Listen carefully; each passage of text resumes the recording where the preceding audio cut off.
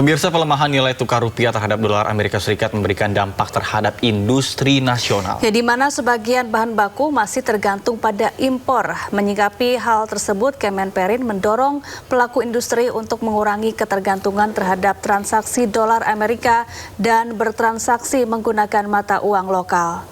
Juru bicara Kemenperin, Febri Henry Antoni Arif, mendorong industri nasional untuk bertransaksi menggunakan pecahan mata uang lokal dalam impor bahan baku, mengingat pelemahan nilai tukar rupiah terhadap dolar masih tidak menentu. Febri menyebutkan tingginya nilai tukar rupiah memberikan tekanan kepada pelaku industri, mengingat sebagian bahan baku masih bergantung pada impor. Sekitar 24% struktur bahan baku industri nasional masih berasal dari impor, sehingga membuat biaya produksi rentan naik ketika rupiah melemah. 24% bahan baku industri itu dari impor.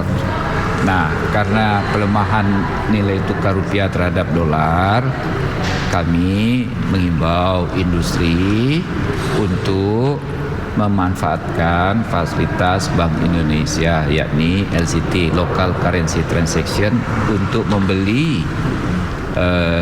bahan baku impor tersebut. Menteri Perdagangan Budi Santoso menyayangkan kebijakan penutupan retail modern di Lombok NTB, khususnya gerai Alfamart dan Indomaret yang dilakukan setelah toko swalayan tersebut sudah lama beroperasi. Mendak mengingatkan Pemkab Lombok Tengah agar memberikan kepastian hukum dan usaha bagi para pelaku bisnis. Menurut Budi, penataan zonasi dan regulasi idealnya diselesaikan di awal, tepatnya sebelum izin usaha diterbitkan. Terkait dengan sengketa izin usaha dan penutupan 25 retail modern ini, Kemendak mengaku telah menjalin komunikasi dengan Pemda setempat, serta memberikan sejumlah arahan strategis.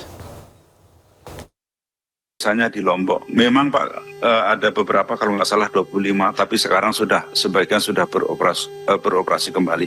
Kami juga menyayangkan ketika retail ini sudah berdiri lama, tapi kenapa penataannya baru sekarang. Tapi kami juga sampaikan kepada Aprindo kemarin dan juga kepada pemerintah daerah agar tetap memperhatikan kelangsungan berusaha dan juga kepastian berusaha, serta juga tetap harus memperhatikan bagaimana nasib para pekerja tentunya. Tetapi ke depan Pak, kami wanti-wanti kepada pemerintah daerah, ketika usaha apapun termasuk retail, ya seharusnya dari awal itu diberikan kepastian berusaha kepada para pelaku usaha, usaha. Misalnya dalam hal perizinan. Pemirsa, harapan ratusan orang untuk menunaikan umroh dan haji pupus setelah diduga ditipu oleh agen perjalanan umroh. Informasinya usai jeda, tetaplah di Sido Today.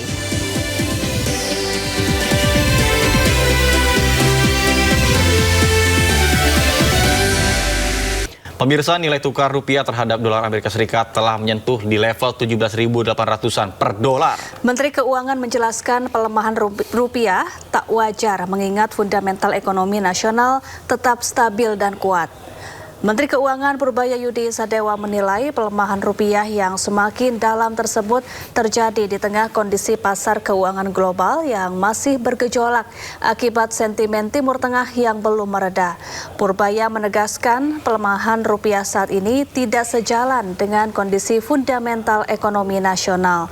Menurutnya, perekonomian Indonesia justru berada dalam kondisi yang baik sehingga penurunan nilai tukar rupiah dinilai tidak wajar. Menilai kondisi tersebut, Purbaya juga memastikan pemerintah belum perlu melakukan pengujian ulang ketahanan APBN meski rupiah terus tertekan. Nah, kita udah hitung pada waktu simulasi 100 dolar per barrel itu asumsi rupiahnya juga sudah kita perhitungkan, jadi nggak ada masalah, saya nggak harus hitung ulang APBN-nya. Kayak gini, walaupun rupiah melemah, kan bond yield-nya turun. Karena aksi dari pemerintah, aksi dari teman-teman kita di bendahara untuk sedikit membeli supaya yield-nya agak terkendali. Jadi selama bond market terkendali, kemampuan investor untuk asing ya, utamanya untuk melakukan investasi dan domestik juga di bond kita. Ya, pemerintah optimistis target pendapatan negara tahun 2026 dapat tercapai seiring membaiknya kinerja penerimaan Ditjen Pajak dan Bea Cukai. Ya, Menteri Keuangan menilai perbaikan tersebut mulai terlihat setelah pemerintah melakukan restrukturisasi dan juga memanfaatkan teknologi AI dalam sistem penerimaan negara. Kementerian Keuangan optimistis target pendapatan negara tahun 2026 dapat tercapai seiring membaiknya kinerja penerimaan negara secara bertahap. Menteri Keuangan Prubaya Yudi Sadewa menjelaskan bahwa perbaikan di Ditjen Pajak dan Bea Cukai mulai terlihat setelah pemerintah melakukan upaya evaluasi dan pembenahan sistem di kedua lembaga tersebut. Purbaya yakin kinerja penerimaan negara diperkirakan akan terus membaik hingga akhir tahun seiring peningkatan kinerja kedua lembaga tersebut yang didukung pemanfaatan teknologi. Selain itu, pemanfaatan kecerdasan artifisial atau AI juga telah meningkatkan efisiensi dan memperkuat pengawasan penerimaan negara. Seperti implementasi sistem Cortex yang juga dinilai mulai menunjukkan hasil positif meski masih mendapat sejumlah keluhan dari wajib pajak. Ini akan baik. Bea Cukai juga akan bagus juga. Jadi kita sudah melihat hasil dari proses restrukturisasi di pajak dan Bea Cukai. Jadi akan bagus sekali tahun ini dan tahun ke depannya. Kita gunakan semua teknologi yang ada untuk meningkatkan pendapatan pajak maupun cukai. Kita pakai AI di pajak maupun di Bea Cukai. Jadi harusnya sih lebih efisien. Kalau Anda lihat Cortex yang dulunya banyak diprotes, sekarang juga masih ada protes, tapi kan udah sedikit. Tapi kinerja Cortex bisa meningkatkan pendapatan dari pajak yang kurang cukup signifikan. Karena dengan Cortex semuanya dihitung hampir otomatis, jadi orang nggak bisa lari. Purbaya menambahkan, sistem Cortex akan mampu meningkatkan penerimaan pajak secara signifikan karena proses perhitungan dilakukan secara otomatis sehingga potensi penghindaran pajak dapat ditekan. Dalam APBN 2026, target pendapatan negara ditetapkan sebesar 3.153,6 triliun. Sementara hingga April 2026, realisasi pendapatan negara tercatat mencapai 918,4 triliun atau tumbuh 13,3% secara tahunan. Pemirsa, menjelang peringatan Tri Suci Waisak, ratusan umat Buddha menggelar tradisi larung pelita di Sungai Progo, Magelang, Jawa Tengah. Ya, ritual ini digelar sebagai simbol penerangan untuk manusia.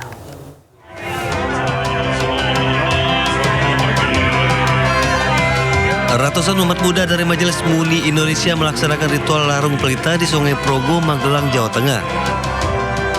Tak hanya lentera kecil, 5 buah gunungan berbentuk teratai yang dihiasi lentera juga ikut dilarung oleh para umat Buddha. Sebelum dilarung, para peserta memanjatkan doa dan harapan di Waisak tahun ini. Tadi larung gimana? Ada doa tersendiri nggak tadi? Ada, semoga semua makhluk hidup berbahagia, selalu sehat, dunia juga semoga selalu damai. Ritual larung pelita ini menjadi salah satu rangkaian dalam menyambut Waisak sebagai simbol penerangan bagi manusia. Dari Magelang, Jawa Tengah, Pujiartono Ainus melaporkan. Pemirsa, api Dharma tiba di Kompleks Candi Mendut, Magelang, Jawa Tengah untuk disemayamkan. Ya, rencananya api Dharma tersebut akan digunakan pada puncak Waisak di Candi Borobudur.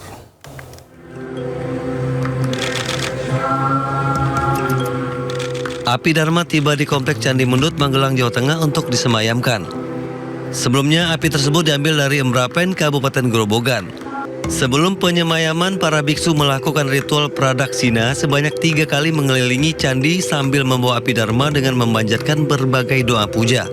Rencananya api Dharma ini akan dikirap ke Candi Agung Borobudur sebagai sarana puja bakti pada puncak perayaan detik-detik Waisak pada hari Minggu. Waisak kali ini mengambil tema Dharma menjaga perdamaian dunia. Dari Magelang, Jawa Tengah, Pujiartono Ainus melaporkan. Menyambut Hari Raya Tri Suci Waisak ke-2570 BE, ada yang berbeda dari tampilan Bundaran HI. Ornamen lampu dan instalasi cahaya menghiasi kawasan dalam gelaran Illumination of Jakarta Glow of Peace. Ya, Wakil Gubernur Jakarta Rano Karno turut hadir langsung untuk menyaksikan kemeriahan perayaan Waisak di pusat kota Jakarta.